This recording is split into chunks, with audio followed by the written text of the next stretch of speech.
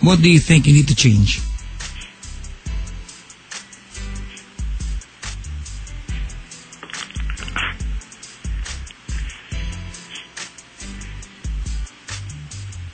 Madali. Po? Pausap ka naman. May! Po. Sabi mo sa akin, ano yung kailangang baguhin sa buhay mo?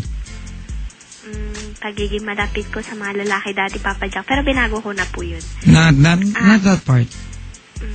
The way you think. Ano yung mali? Mali po saan? Wala naman. Divisoria, pupunta ka? Bili kang bagong blouse? Papa Jack.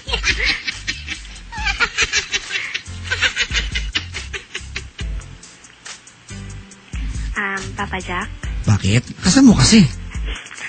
Pwede pong manawagan po ba? Pwede po ba yun? Sa anong aspeto? Anong...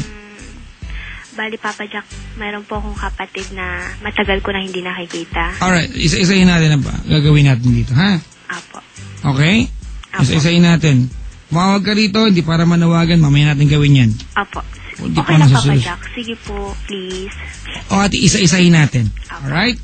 Apo. Let's finish kung ano yung purpose mo sa pagtawag sa akin. Ayun nga po, Papa Jack. Kasi nagkaroon din ako ng boyfriend ng fourth year high school ako. And tumagal din po kami ng 2 years. Yun nga lang, Papa Jack, ayaw sa akin ng magulang niya at hindi niya ako kayang paglaban.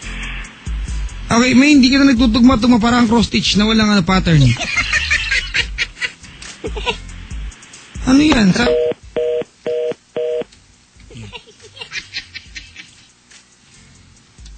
Hindi ko alam kung tama yung kapitbahay ni May na minsan gumagawa siya ng kwento eh. Nonetheless, mga kaibigan, ingatan mo ang sarili mo, May. Naisipan mo na mababa yung telepono?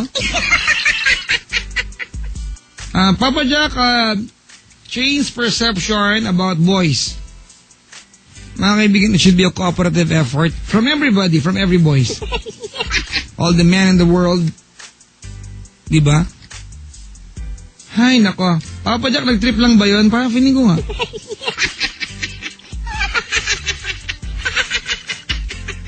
Papa Jack, may tanong ako. Naiiyak ka ba pag namatay yung alaga mo? Parang may undertone yun Mga kaibigan, well, wala akong may payo kay May dahil hindi ko natapos kung anong dapat tapusin sa kwento niya. Pero eto na po tayo sa ating portion.